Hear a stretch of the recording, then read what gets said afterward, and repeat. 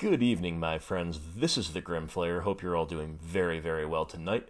Playing Golgari yet again, and just to give you a window into what you're about to see, this is not a Tier 1 deck that our opponent is running. We'll puzzle out a little bit more of what our opponent's up to as we see more of it, but this is definitely one of the most intense games I've recorded for this channel. Not even necessarily because of any insane sequences with like a million effects on the stack and a crazy outplay, just in terms of the pure bombs that get drawn repeatedly over the course of these games, specifically in the third and final match. So just not to get too clickbaity with my opening spiel, but hey, it's not clickbait because it wasn't in the title. If you're hearing this, you already clicked on it. So just to give you a little taste of what you're in store for. So, that said, we are on the draw and our hand is pretty terrible simply by virtue of the fact that we don't have any black mana. Of course, 2 black mana is the ideal by turn 3 in this deck, and we have none right now. Our opponent's going to keep 7. We unfortunately cannot. We mull to kind of a ridiculous 6 with a Maelstrom Pulse and a bunch of lands. That said, Fields of Ruin are pretty good. We've got a Painless land base, and we've got an answer. So, we're gonna keep it, but it's definitely like a wince and cross our fingers and hope. You could very easily mull this to 5, but I despise mulling to 5 with this deck. I will keep most 6s that are not completely unplayable, just because we are too fair to win most games against a 7 with a 5. If I'm on a combo deck and I have a bad 6, show me the 5.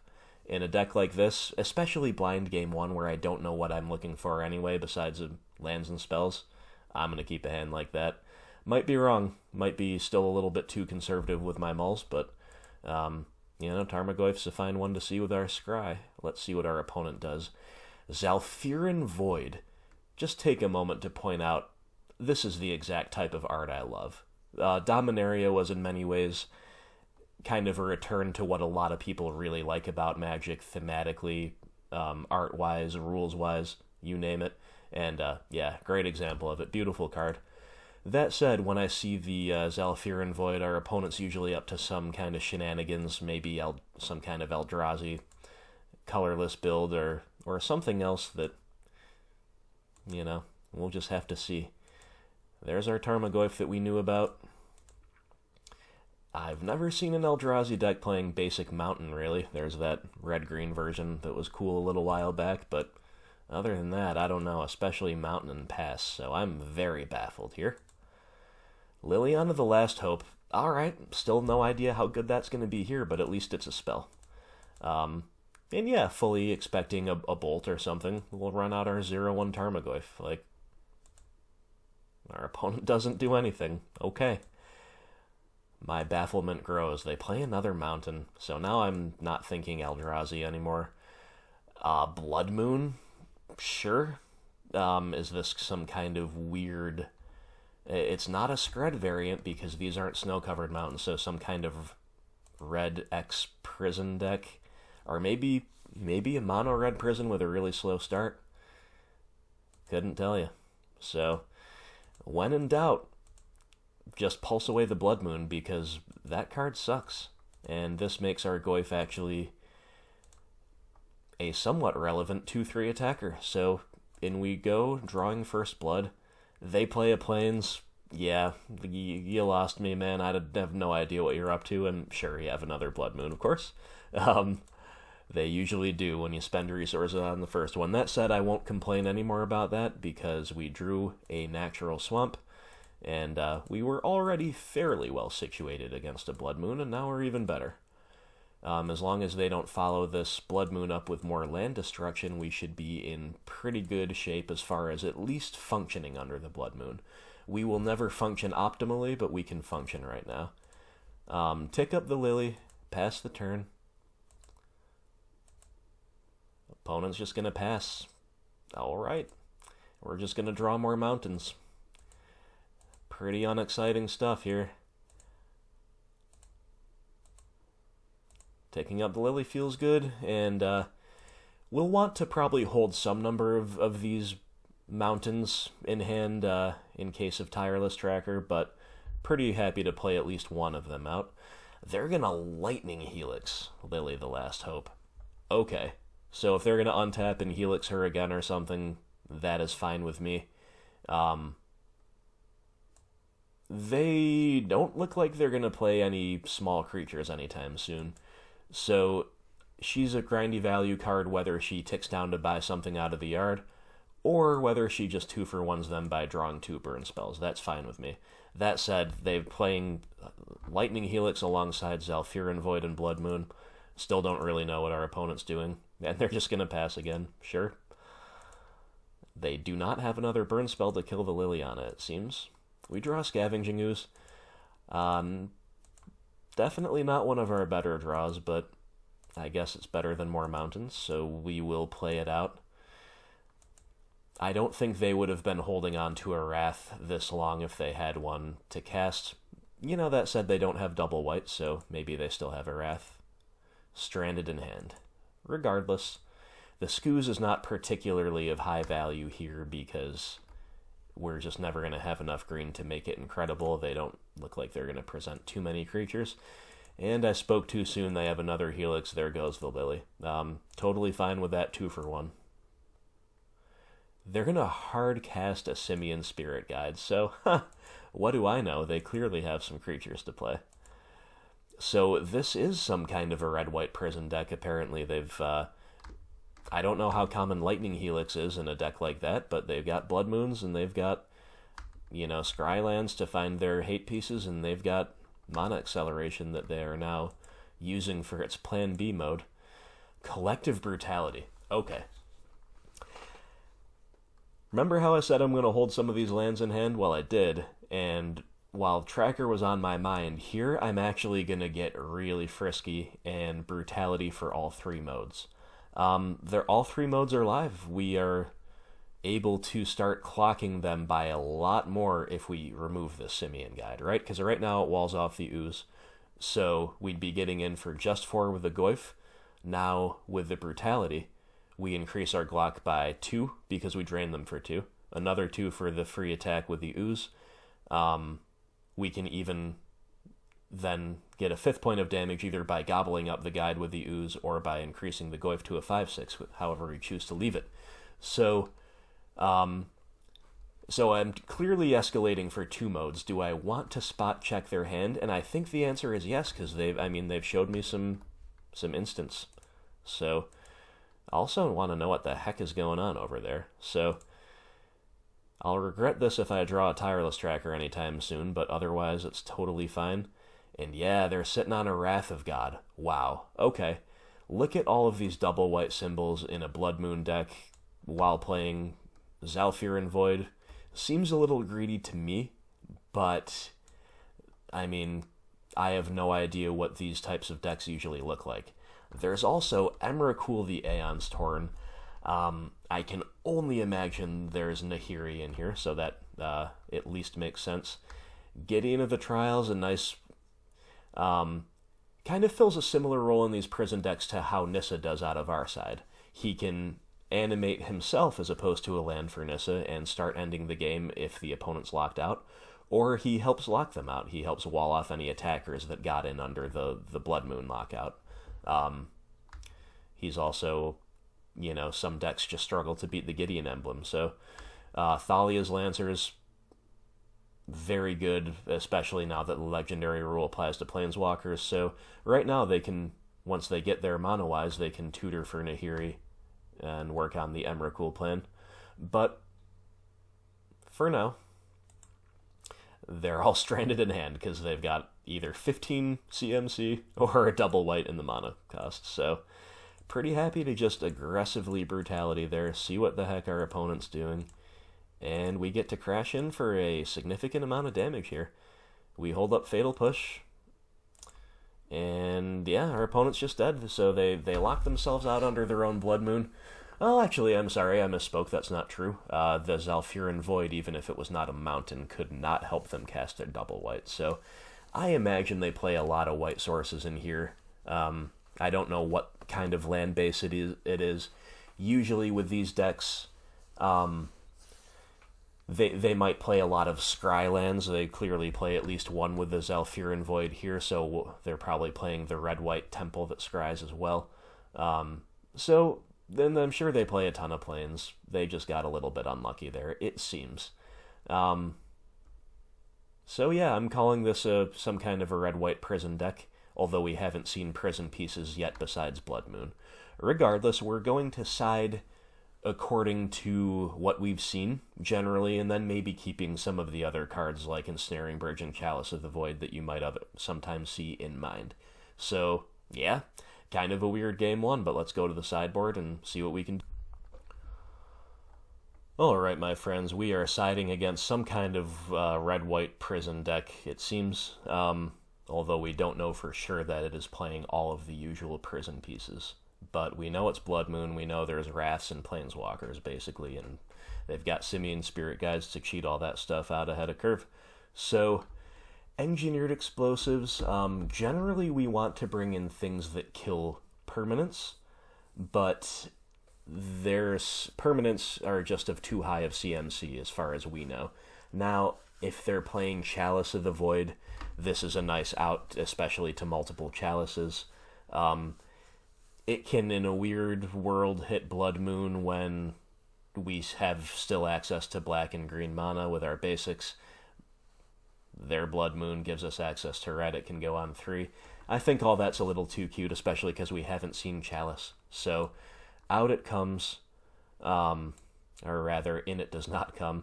And same deal with Nile Spellbomb. So, we haven't seen them use the graveyard in any meaningful way yet. And on red-white colors with that type of archetype, I don't expect them to. So we can pass on all of these artifacts. The first card that definitely comes in is Maelstrom Pulse. This might be my most sided sideboard card in my whole 15 over the course of all the videos I've made. A lot of people only play 1 in their 75 now. I still like 2, and man, does it ever come in, like, all the time? It's really crazy how often it comes in. Obvious reasons for this. Hits Blood Moon, hits Planeswalkers, hits whatever other shenanigans they're up to. They're going to play to the board, and this can help us claw back to parity against some really good value out of the walkers. Golgari Charm is probably worth bringing in as an out to Blood Moon. Regenerate could be live. They showed us Wrath of God, which kind of gets around regeneration, but they might, as a nod to Meddling Mage, a lot of decks that lean heavily on Wraths play a wide variety of them, so maybe there are other Wraths they have that that don't prevent regeneration. Also, this, -1/-1, who knows? They've got Planeswalkers, maybe they'll make a bunch of tokens somehow. I think that comes in. But mainly is another out to Blood Moon. I think that is the primary use case here. Fulminator Mage. Now, they're a deck that wants to ramp, for sure. And they're a deck that can have mana troubles, as we saw there. That said, they're going to play a lot of basics. I can envision a world where they just have basics and Fulminator just isn't really doing anything. And Fulminator as just a 2/2 plan B for this card, I don't think it's going to be impactful. They're a deck that's going to play a lot of really powerful bombs. These Planeswalkers, these Wraths, I don't know that Fulminator lines up too well against it. So I'm going to say no for now. That said, if we see Game 3 that, this Stone Rain effect is actually potentially useful, maybe we'll revisit it. You can cast this under Blood Moon, too. Definitely worth noting. Choke does nothing against red-white. Nissa Vital Force comes in. I know it's a Blood Moon deck. I don't care. They are playing a lot of Wraths and a lot of Planeswalkers and a lot of removal. This card is our most powerful single bomb against a deck trying to go along and trying to grind us out. So the double green, it's the only double green that is going to be in our 60 against a Blood Moon deck. We have double green with Bailoff too, but we don't bring that in. Definitely can be a lot more awkward than double black. Nevertheless, I think she is a definite. Damnation and Languish are no's for now. As far as I can tell, they're playing their own wraths. They're unlikely to play too many creatures of their own. Simian Spirit Guide, accepted. I don't think those come in. Same with Kalitas. If they're not playing a lot of creatures, we're not particularly interested in this card. It's kind of cute because it dodges all of the burn spells. They're playing Lightning Helix. They're probably playing Lightning Bolt. But, meh. I don't think this is where we want to be. I do, however, like Duress. Duress is, again, because they're so non-creature heavy, just discard in general would be good against them. Duress might arguably be the best form of targeted discard we have. I also think Brutality is a maybe board, possibly good enough to bring in. We're going to have to look at the 60 and see what comes out. But again, more discard is fine. The fact that it blanks on Planeswalkers is a little worrisome, but they will be having a lot of wraths. They showed us Lightning Helix. I think this card's probably going to make the cut, but we'll have to see. We have 4 cards for sure, and 1 maybe. Let's see what we don't like. Well, right away, I think we just trade in those 4 great cards for 4 cards that are mostly looking dead. Again, subject to change. Maybe they have some sideboard plans, but Fatal Push, not very good. Not very good as far as I can tell. Now, we have one more card we would consider bringing in. Is there anything we don't like that much? Honestly, the Lilies are all probably pretty nice in the matchup. Lily the Last Hope, though, is what I'm kind of hesitating over, just because her +1 is not going to do much relevant, I don't think. And I think all these cards are still great in grindy matchups. Lily of the Veil is going to be nice to run them out of resources if we get her out on curve. The double black is a little worrisome against Blood Moon, which is the only reason I'm even looking at them. That said, I think they're all good enough to make the cut. I think maybe what we want to do, this might not be correct, is cut a threat, because we brought in a threat. We're just keeping our threat to interaction ratio the same. And against a Blood Moon deck and a Lightning Helix deck, it's pretty clearly Scavenging Ooze. This card can die more easily when cast on curve to their spot removal without getting value than anything else. They might be hating out our graveyard. That might be dead. Even if it's not, if they've got the Blood Moon, green mana is going to be really hard to come by. So I think that's a pretty nice swap there. And I'm very pleased, actually, with how this 60 is looking. 5 cards is a pretty nice number to bring in when you're confident in all 5. Pretty clearly better than what came out here, at least until we know more about the opponent's deck. So let's go to game 2 and see what we can find out. Alright, my friends, game 2 on the draw here against a red-white prison-y control-y deck. Not exactly sure. So, is our hand any good? Well, I think so. I think it's fine.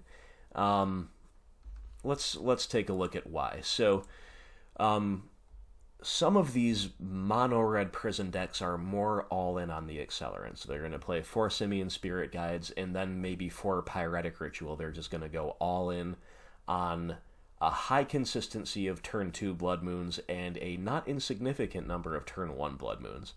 Our opponent's deck with the Planeswalkers and the Wraths seems a little bit too value-oriented to be that all-in, so I'm expecting 4 Simian Guides at the most. That is my guess, that is my read. For that reason, I don't think we're really considering turn 1 Blood Moon. It could still happen, but not something we should really factor in as likelihood. If they get us with a turn 1 Blood Moon, they get us with it. We can't play around it, especially on the draw. So how are we against a turn 2 Blood Moon? Well, we can Thoughtseize turn 1, so we're pretty fine. I don't think we can ask for too much more than that. We can fetch a Swamp, we can Thoughtseize. That's about as good as it's going to get on the draw.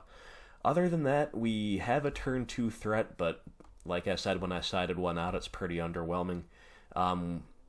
Tassiger is nice against grindy Blood Moon decks. It can come down with good consistency after a few turns of interaction. So we've got the late game locked up. We've got an out to anything. Trophy's great. We need to see more lands for sure, but I think this is a fine keep on the draw. Let's see how well it serves us. Yes, so Temple of Triumph, that is the red-white Scryland. Sure. Yeah, the presence of these also leads me to believe that they are not all in on the mana acceleration. Liliana of the Veil, good in the matchup. Would have preferred to see a land there, so I know that the third land is live, but we still have a couple draw steps to hit it, and Lily's going to be a good one if we can cast her. Let's see what they've got. They've got another Temple of Triumph, and wow. Chandra and Nahiri. Yep, this is almost like a Super Friends deck. I don't know whether to classify this as Prison or Midrange or Control. It's kind of just like red-white good stuff.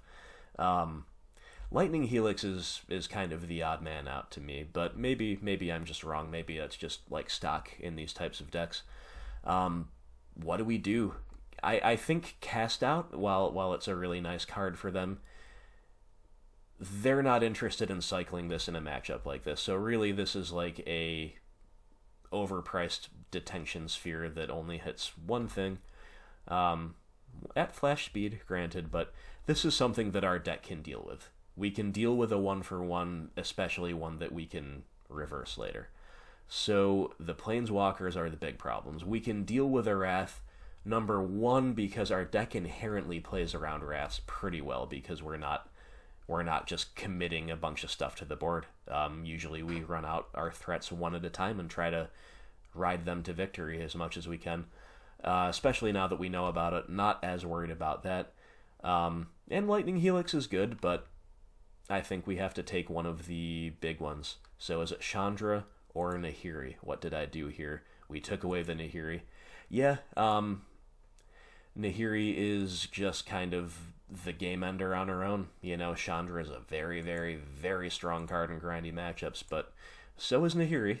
She can tick down to exile, she can tick up to loot, and of course she ticks up a couple times, then she can go find the Emrakul. That's going to end the game in a hurry. So,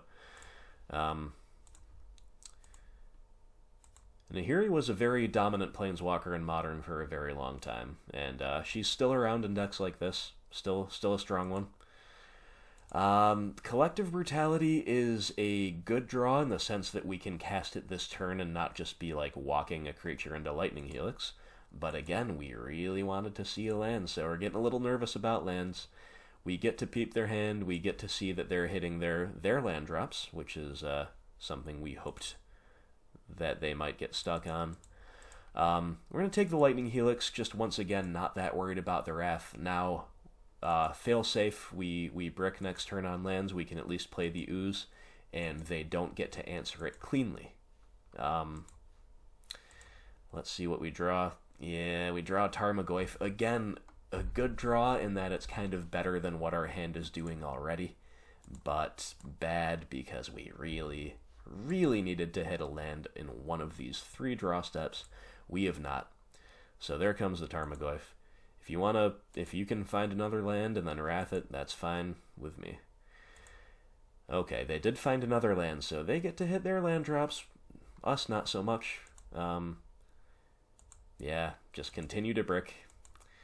Feels bad when you brick in a 25 land deck, that is for sure. But we're going to get in with the Goyf.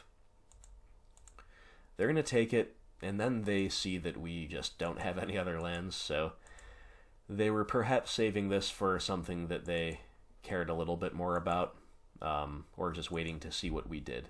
But they will end step, cast our Tarmogoyf out. Now, we do have an answer to that in the form of Assassin's Trophy, but we're probably going to need to trophy a Planeswalker to stay in this game. And yep, they're going to run out the Chandra. Makes sense. They'll tick up, they'll mill over a Lightning Helix, and we take 2. They get to keep making land drops, they'll scry with that one. And yeah, we've just got to play a spell this turn. It's got to be the Assassin's Trophy. It's the only one we can play. Chandra's the target. Let me just say, this is such an upgrade to this deck for matchups like this. If this was the pre-trophy days, we probably would have pretty much lost there. Even if we untapped and hit a land, we would just be too far behind on tempo to really keep pace. In fact, maybe we would have been forced to play out a Scooz last turn or something like that, because we just know we couldn't not play a spell that turn. Trophy gets us staying alive because it was just such an efficient and clean answer to all of the powerful permanents in a deck like this. We could have pulsed the cast out. I don't like that, because then they can just untap and Wrath. We want to kind of take the Tarmogoyf back on our own terms. There's no hurry to get the Tarmogoyf back either. This is actually something that should be making them nervous, that against a BGX deck, they just have this cast out sitting on the field. So we're happy to play the Tassiger here. It's a very mana-efficient play. It lets us get under Grave Hate as far as resolving this card goes. We get to hold up the Verdant Catacombs, which means we get access to a basic if they find a Blood Moon. If not, we can leave this uncracked for all the usual reasons, and to not thin our deck out because we want more lands. Playing anything else there was simply not great. Liliana ticking up is going to get some gas out of their hand, but all of our stuff is fine. We don't really want to get on the Lily play too hard yet. They play a Plains. They play a Wrath of God. Sure, so the Wrath is gone. We were always going to make them just trade us 1-for-1 with that Wrath. That's why I didn't care about it. So we get to untap. Alright. Making our 4th land drop feels good. Now, if you've seen enough of my videos, you can guess what I'm going to do here. That's right. It is Tireless Tracker time. I don't care that we can Lily the last card out of their hand. There's an argument for that, play the Lily, take up, get rid of our Scooz.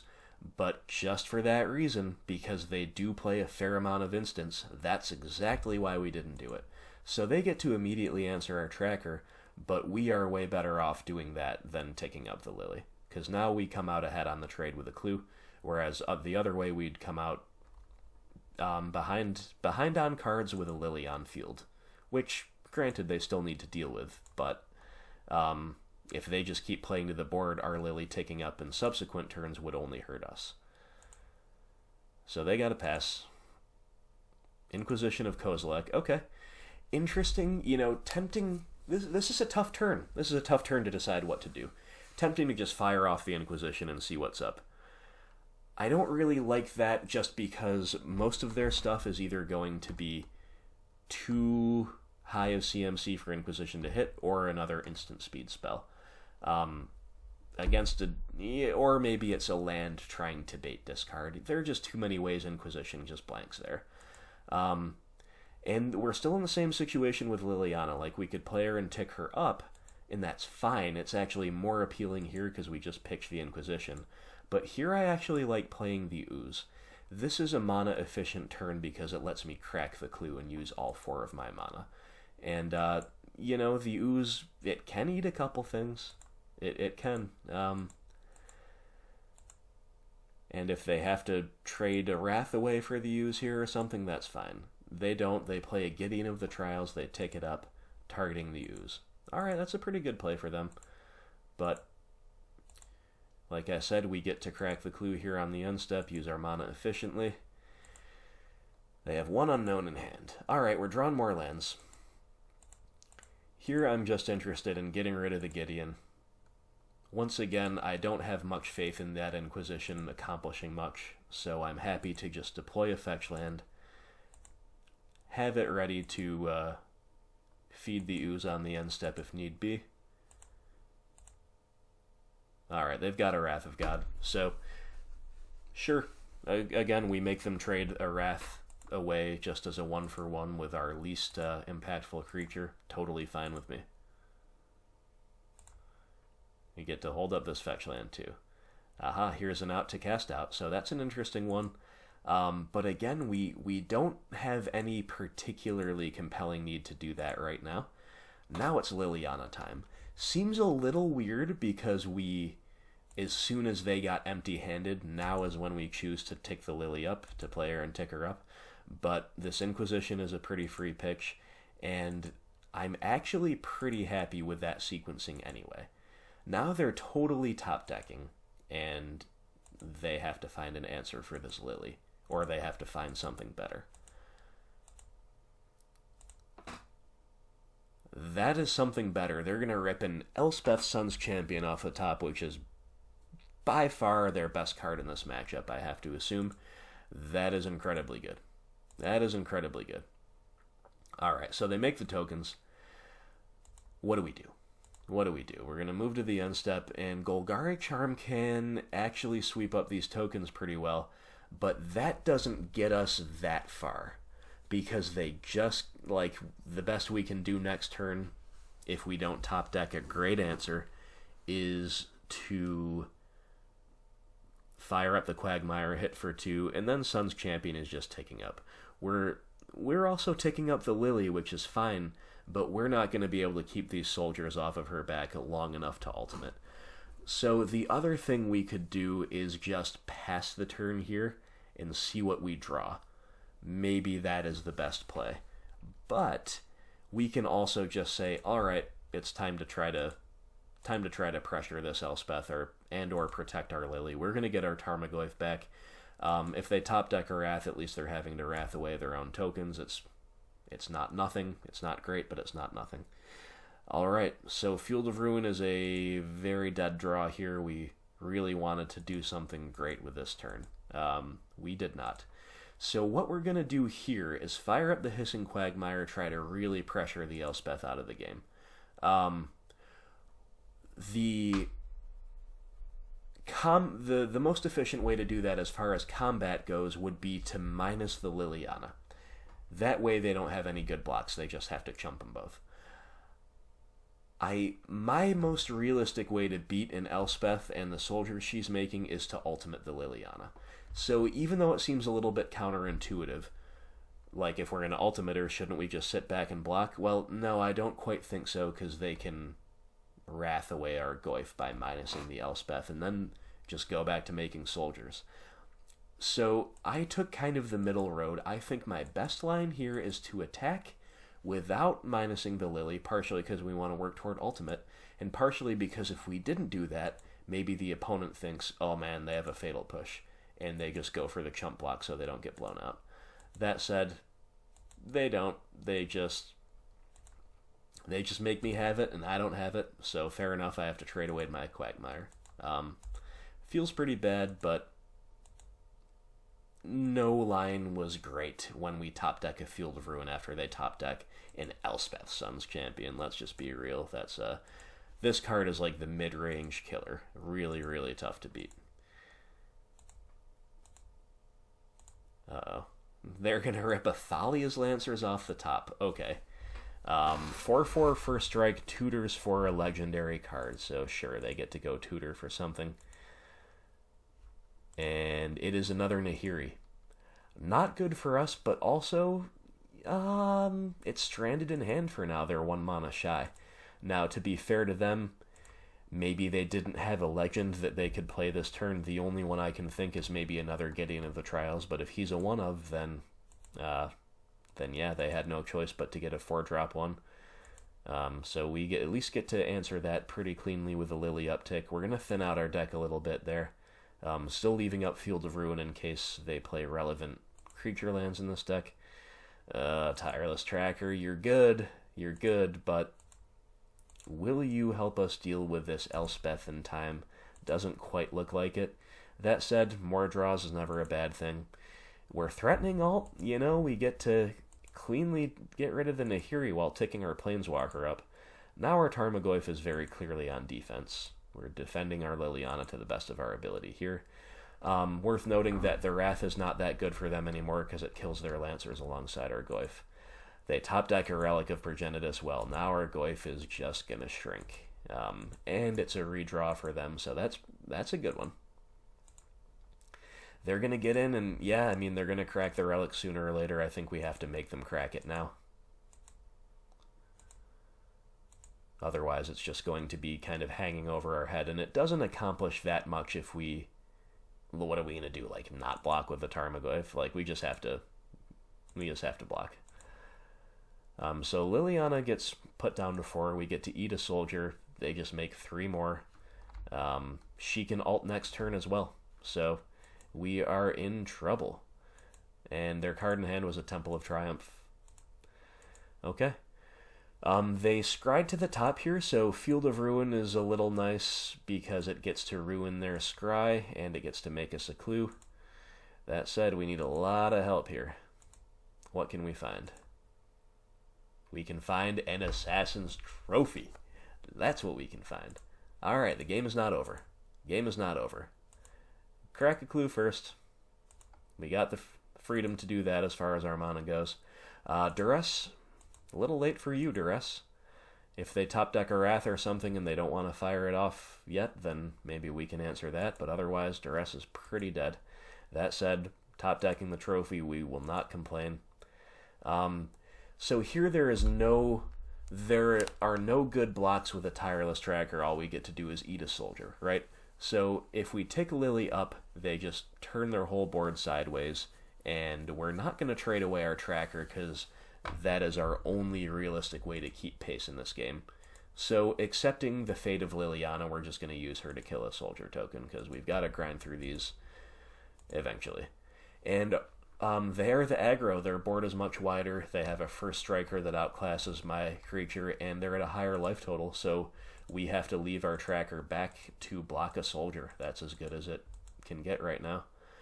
They send the Lancers at us and the squad of tokens at Liliana. Playing around a Fatal Push there, making sure Liliana gets off the field. And they have a Blood Moon, sure. We are very, very well insulated against Blood Moon right now. Another tracker. Man, oh man, oh man. We'll play it, of course, but we really need lands now. Like, any land is our best draw from here on out, basically, as long as our trackers survive. That said, at least it's another thing that outsizes tokens, so now their attack is no longer profitable with their 3 remaining soldiers. They still get to crack in with a 4/4. Come on, land. Abrupt Decay.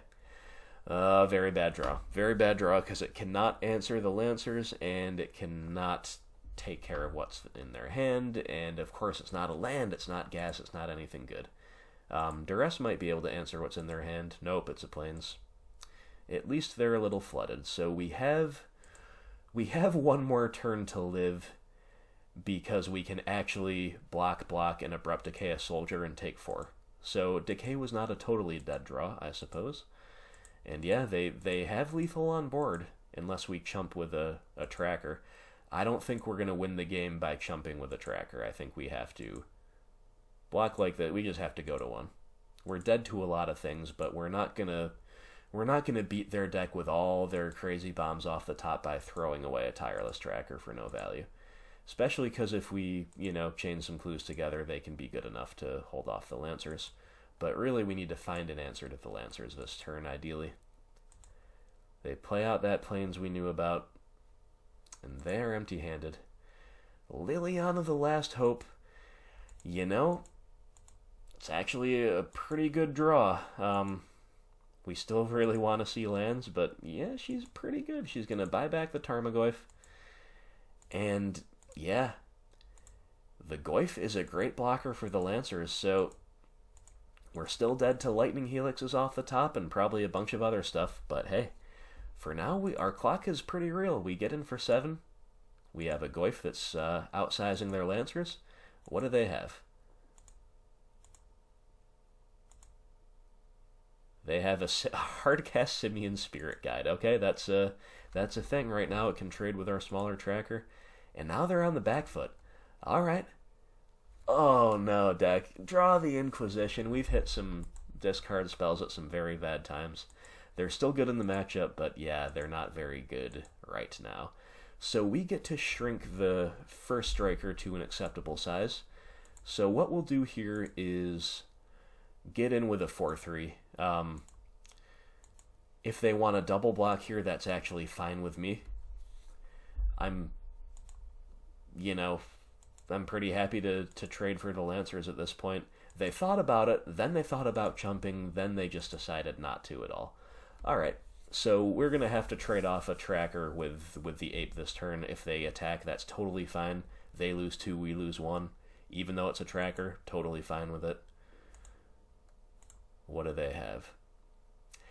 Now here, my jaw just hit the floor. How on earth is Path to Exile in your Blood Moon deck, my friend? That doesn't make any sense, and I definitely could not play around that because there is no world in which I think that's correct to have those two cards together in your 75. Again, I don't know the first thing about this archetype. Maybe I'm just wrong. Maybe cards like Lightning Helix and Path to Exile are stock in Red-White Prison. But, come on. Blood Moon shutting them out of the game. Path to Exile getting them back in it. I don't understand it. But it was the perfect top deck for our opponent, and we just got by the Path. Right when it looked like we were about to claw our way back into the game. So, very, very disappointing. We whiffed on lands for a long time with a tracker down and then with a second tracker following her. Liliana was pretty good here, but otherwise we had some bad draws of Duress and Inquisition. So, yeah, we almost ground through an Elspeth Sun's champion, but we couldn't quite get there in the end.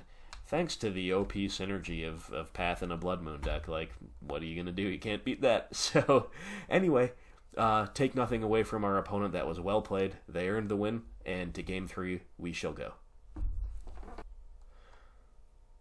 Alright, my friends, Game 3 on the play against Red-White Path Moon. We're going to call it that because I'm still salty that their Path to Exile got me at the end of Game 2. And this hand is just, like, 2 discard spells in the opener is great, but it is a 1-lander with the 1 land being non-basic against a Blood Moon deck. It's just simply not keepable, sadly enough. This hand is medium, for sure. Too many non-basics for my liking. The fetch land is nice, but otherwise 3 lands is good. 2 of them being non-basic is not good. Scavenging Ooze is very, very medium in this matchup. Collective Brutality is very medium, although I like it in the opener if we're going to see it. And, yeah, I shouldn't say it's very medium. It's decent. It's not one of our all-stars, though, but it's decent. Duress is great in the opener. Won't complain about that. This hand's fine. It's fine for a 6. I'm pretty happy to keep it. Our opponent will keep 7. Another Collective Brutality. I don't know. You can go either way with that, but quite possibly not what we need. I'm pretty safe to run out the Blooming Marsh turn 1 on the play. Not afraid of a Blood Moon especially quite yet, especially because I have the discard spell to lead off with. Now, this looks like a totally different deck than what we've been playing against.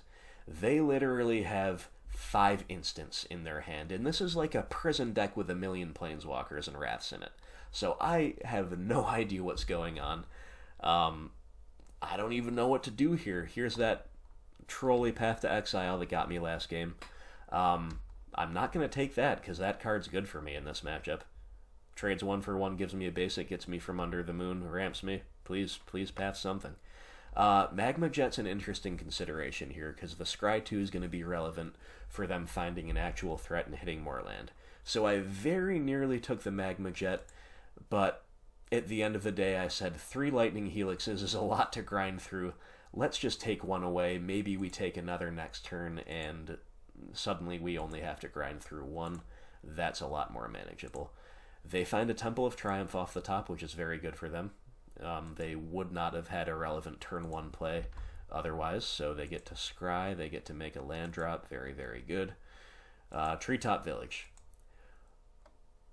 All I'm gonna say is remember the day.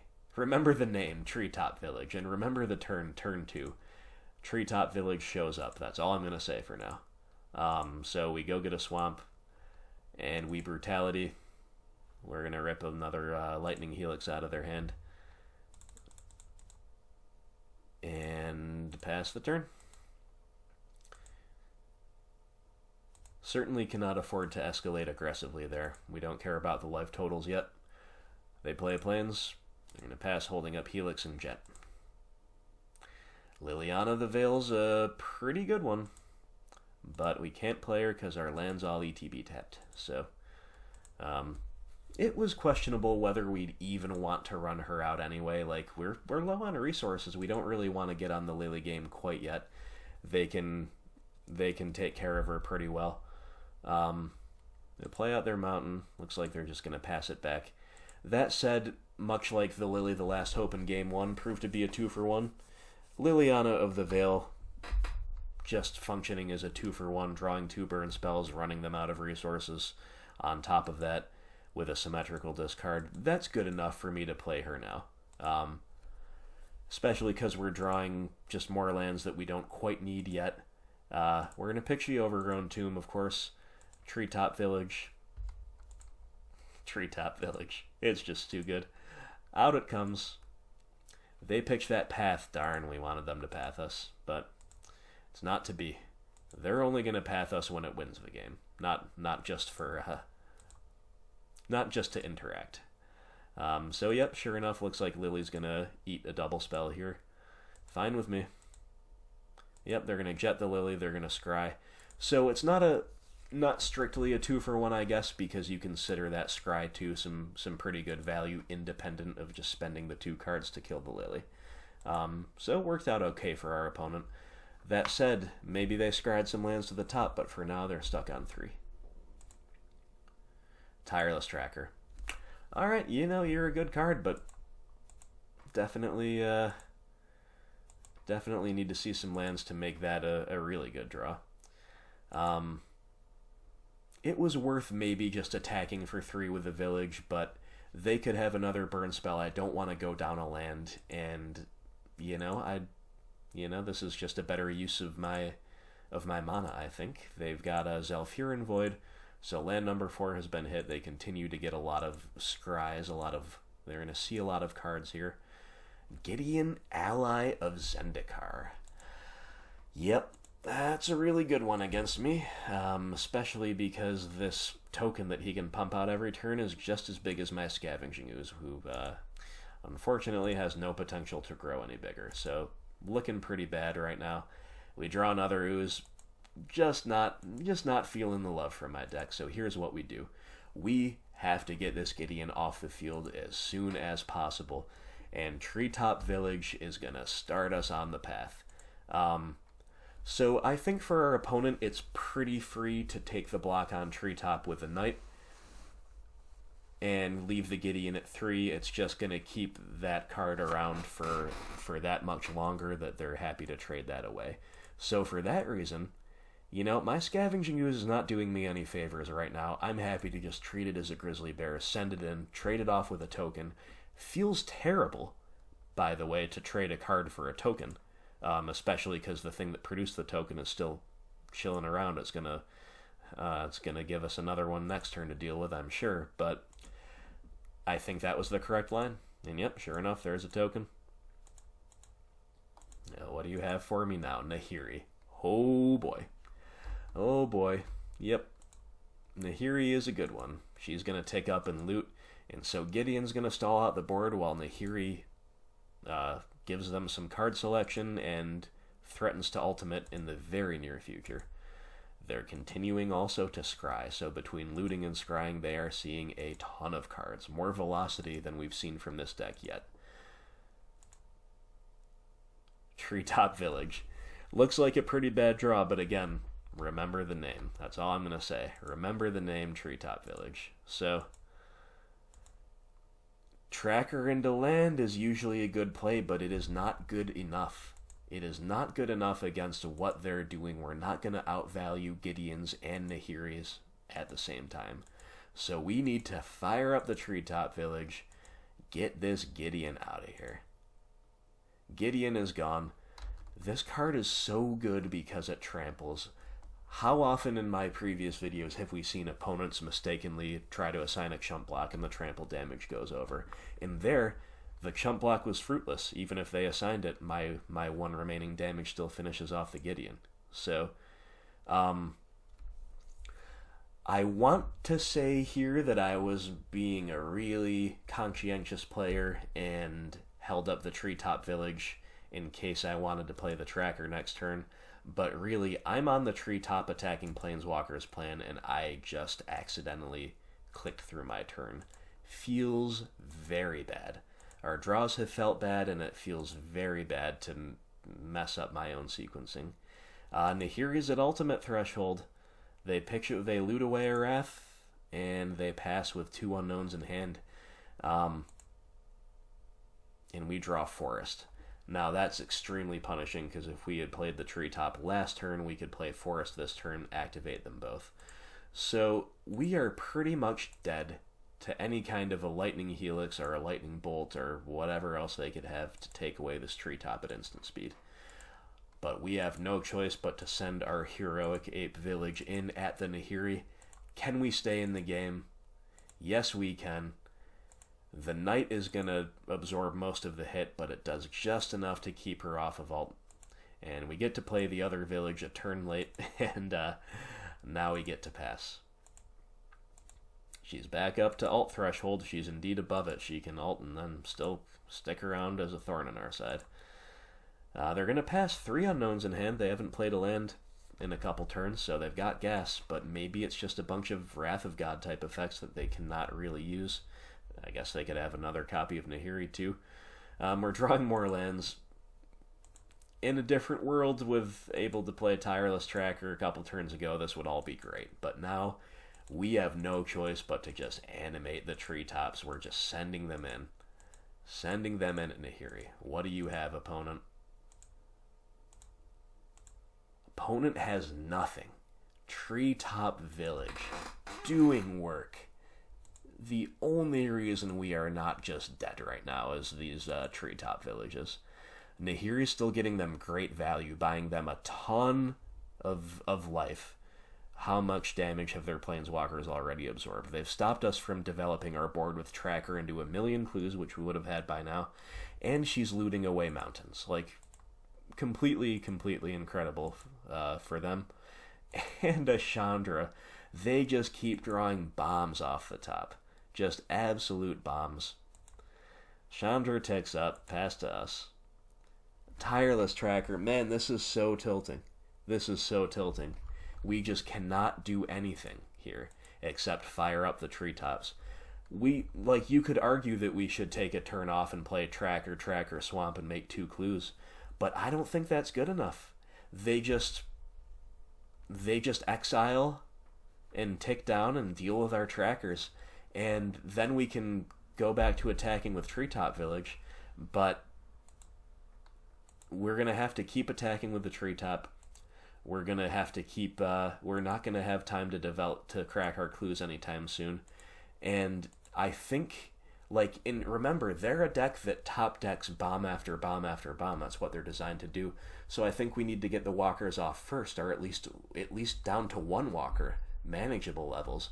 And then we need to save this stuff to take over the late game. So, maybe you could argue for the trackers, but hey, the treetops haven't let me down so far. We're going to send them both in once again. And once again, they have nothing. See you later, Nahiri. Ape Village OP. You get the apes riled up, you get them organized into some kind of a militia, and man, they're just going to take down the most powerful planeswalkers in the known universe. No problem. They play a Relic. It's a fine card in the matchup, but we don't care about it yet. Sure, they'll just cash it in. Gideon of the Trials. I told you this game was epic. It's very frustrating to face because they just keep drawing walker after walker after walker. But man, it is an epic Game 3. We draw Liliana of the Veil. Now that we can only send in 1 Treetop Village this turn, unfortunately, now it's time to start playing to the board a little bit. We'll play a Tireless Tracker, we'll make a clue. Once again, you could argue for both trackers and 2 clues, but hey, I didn't say we weren't using Treetop Village. I just said we could only use one this turn, right? We got to keep the pressure up. This card has been just immensely effective. And we're going to swing in. Does it connect? It connects. We're taking care of the Chandra because two reasons. Number one, we can't let her ult. They could still find a way to... We can't assume our treetops are going to get in forever. They could find helixes and bolts and stuff. Also, if she chooses to minus here to take care of our tracker, that's going to take her off the field. So putting her to 3 is quite relevant. And as much of a pain as Gideon is,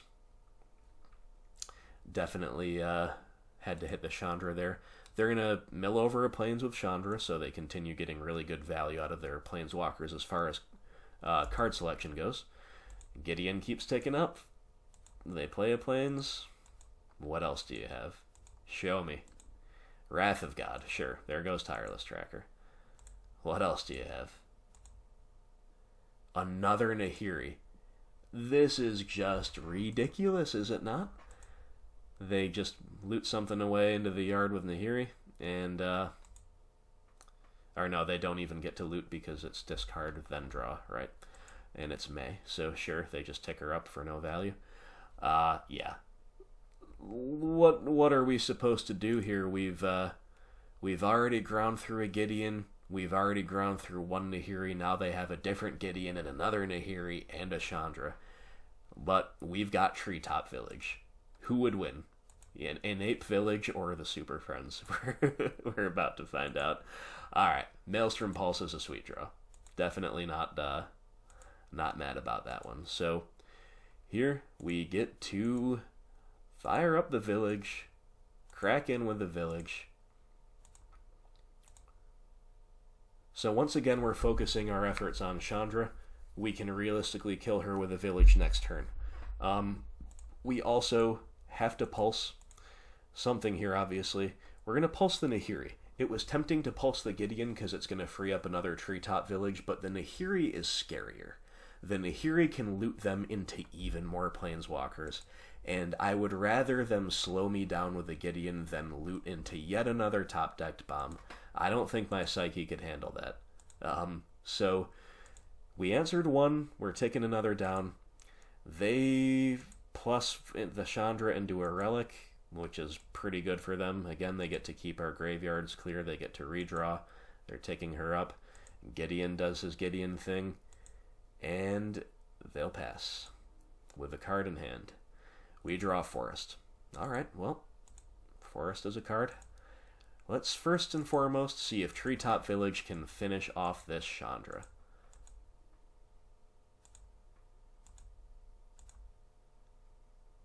Oh my goodness, the Treetop Village claims another scalp. So good. Now, you'll note that my clock is pretty low here, too. We're down below 4 minutes. Our opponent's low, too, but a little less low than me. So here it's Tireless Tracker time again, where we've held on to these in hand, and it feels pretty good that we can roll them out one at a time. We're not losing too much to a Wrath. We're getting clues every time we do it. We've had to really lean on the treetops, but when we have windows, the trackers have been sweet. Anger of the Gods, sure, why not? Just more Wraths, more Planeswalkers. Gideon still does his thing. Alright. Cool. We get to crack a clue here. We might finally have ground through the bulk of their Super Friends army. We will have to see. I'm also starting to speed up my play here, so if any mistakes happen or any sloppy play happens, I'm mindful of the clock at this point in the game. So we're just going to trophy away this Gideon, make sure that goes through okay. And here, we're going to run out our Skoos, we're going to run out our Liliana, and we're going to get that last card out of their hand. We're going to give the Treetop Village a rest, too. I mean, those apes have put in some real shifts today. They get a turn off, they get to recuperate, eat some bananas, get all geared up for next turn, and they had an Emrakul in hand. This game is just ridiculous beyond belief. Now, I actually misplayed here, again, because I'm just speeding through the turns. I could and almost certainly should have eaten the Emrakul with the Scavenging Ooze while it was on the stack. I was just clicking through mindful of the clock. There is an argument for not doing it as well, right? Because it's just a dead top deck that they can have back in their deck. And I don't think at this point, if they have a third Nahiri, and if they somehow manage to ult her through our treetop villages, well, God bless them. Like, they deserve the win. They don't rip a Emrakul off the top, but probably the biggest thing this side of an Emrakul, a Gideon Jura. Sure, why not just rip another massive Planeswalker off the top? That's what this match is all about, apparently. And we're going to rip a Thoughtseize. Not quite as good. Not quite as good when they're empty-handed. That said, I will not complain any more than I just did, because Treetop Village is OP, and we have exactly lethal for Gideon Jura. His +2 means we have no choice but to attack him. I would have attacked him anyway, it's just too clean of a kill to pass up.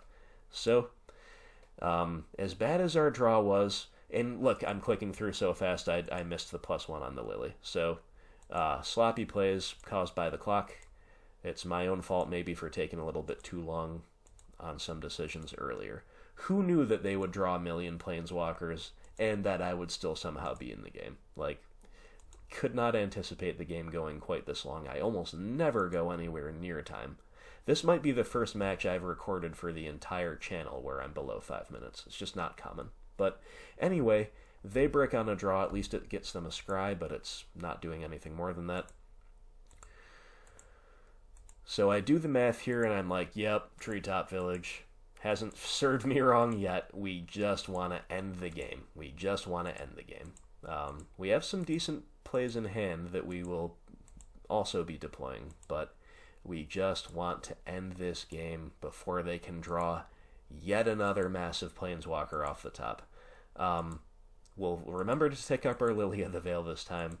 We will pitch the useless Thoughtseize, and we're going to play the Last Hope, just tick her up, no target. Tireless Tracker I'm fine to hold in hand in case of a Wrath, and that can help me rebuild, but might also just be playing it out next turn anyway to end the game. Depends on what they do and what we draw. Chandra Torch of Defiance, yep, more Planeswalkers.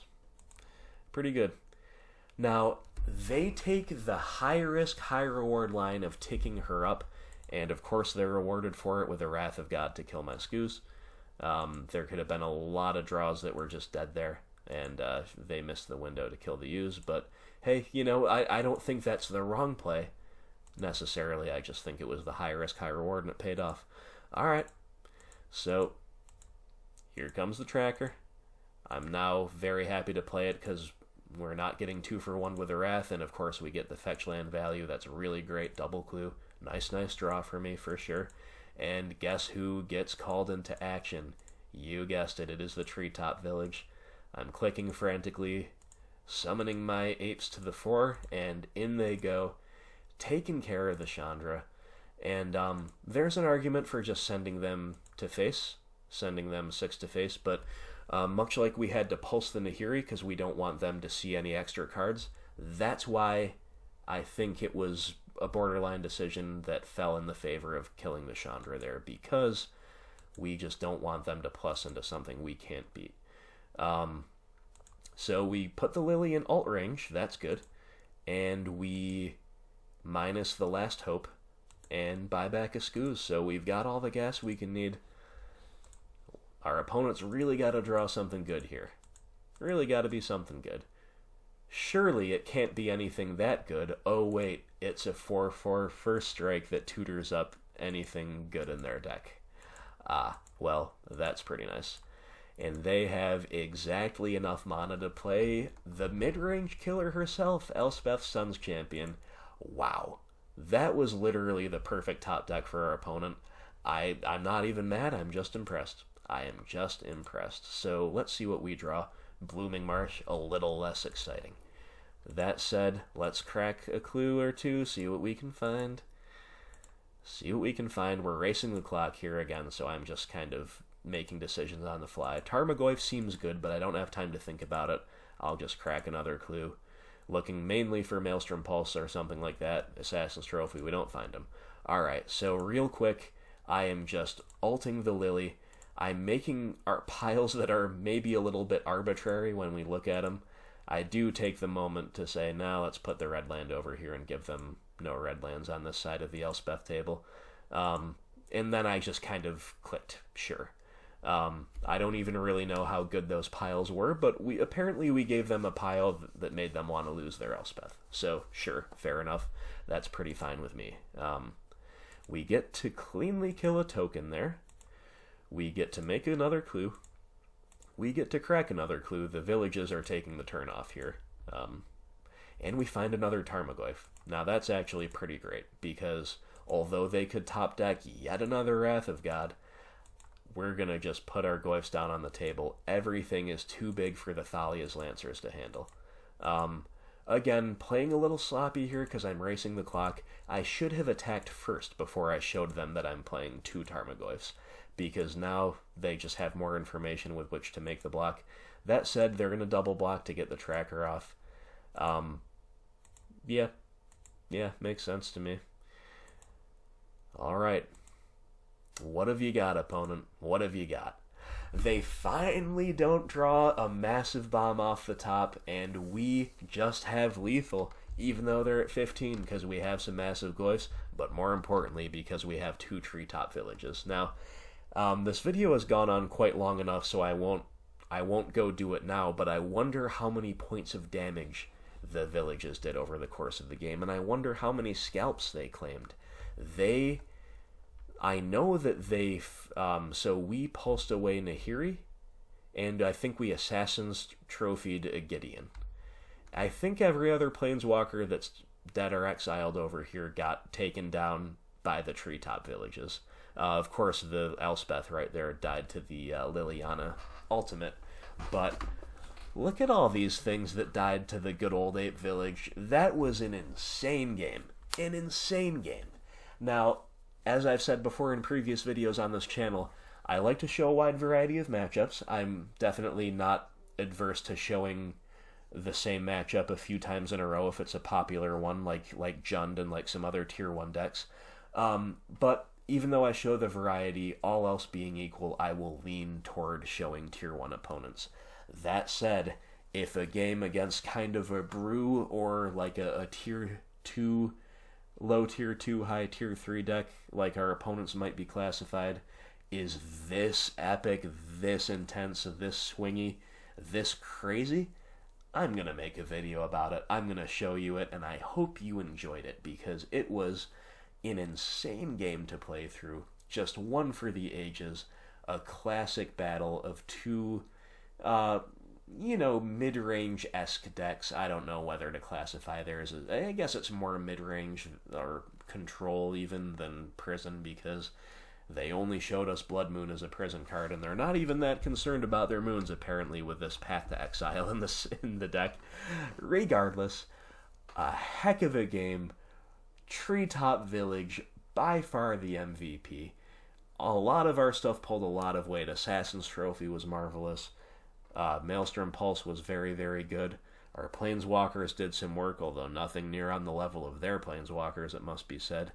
We had some good tireless tracker value throughout the matches. Our Goyfs got big enough to put stuff away. Discard was okay, but yeah, Treetop Village, MVP. Thank you so much for watching. I really appreciate it. I hope you enjoyed this match against kind of an unusual deck, and I will see you for the next video. Have a great night.